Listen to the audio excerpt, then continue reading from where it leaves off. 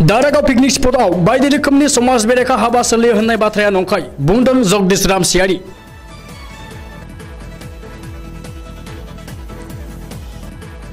बाक्सा जिल्लानि भारत भुटान सिमना ओनसोलाव थानाय मिथिंगाजों बुंफबनाय दावबायथिलि दारागावआव बायदि समाज बेरेखा आयेन बेरेखा जाथायफोर सोलियो होननानै खौरां बिजों फोसावहोनाय आरो खायसे मेगन गोसा सुबुंफोरा पिकनिक सालिनि जौगानायखौ नायनो बानानै बायदि सोलो बाहायनानै फोजोबस्रांनो नागिरनायनि सायाव खेंफोरथि होनानै दारागाव क'पारेटिभ ससाइटिनि वार्किं प्रेसिडेन्ट जगदीश रामसियारिया बुङो दि पिकनिक सालिनि सायाव आयेन बेरेखा समाज बेरेखा सोलियो होननानै अजद लाबोनाया नंखाय आरो बिथाङा फोरमायबावो दि पिकनिक सालिनि सायाव जायफोर बिथांमोना अजद लाबोदों बिथांमोना पिकनिक सालिनि जौगानायखौ नुनानै मेगन सादों आरो जौगानायखौ लुबैया।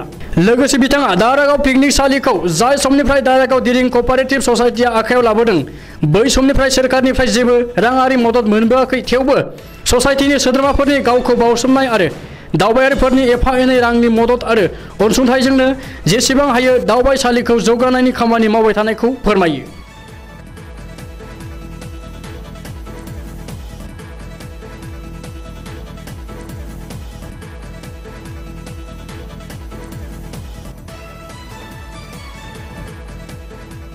आरो बे बाथ्राखौ बुंबावनांगोन जे जोंनि जि पिकनिक स्पट बे पिकनिक स्पटखौ बोरै हागौ माने थेर बेथेर खालामनानै जोंनि गेजेराव गाज्रि माने बिस बिजानु सोनानै बायदिसिना राजखान्थिनि बायदिसिना माने दैदेनगिरिफोरनो जोंनि जि बे दारागाव पिकनिक स्पट माने एरसन खालामनाय जायगायाव मिथिनो मोन्दों, गोबां लिडारनिफ्राय मिथिनो मोन्दों। बे गासैबो बाथ्रायानो माने नंखाय। बे प्रेक्टिकेलाव नुथायाव बे माने बाथ्राया फैयाखै। बियो मेगन सानानै मेगन गोसा जानानै बिथांमोना जोंनि बे पिकनिक स्पटखौ बोरै बन्द' खालामनो हायो, बोरै बे पिकनिक स्पटनि दावगानायखौ होबथानो हायो, बेनि फारसे नोजोर होनानै बिथांमोना जोंनि सायाव बेबायदि खामानि आखुथाय मावनायखौ जों नुनो मोनदों आरो।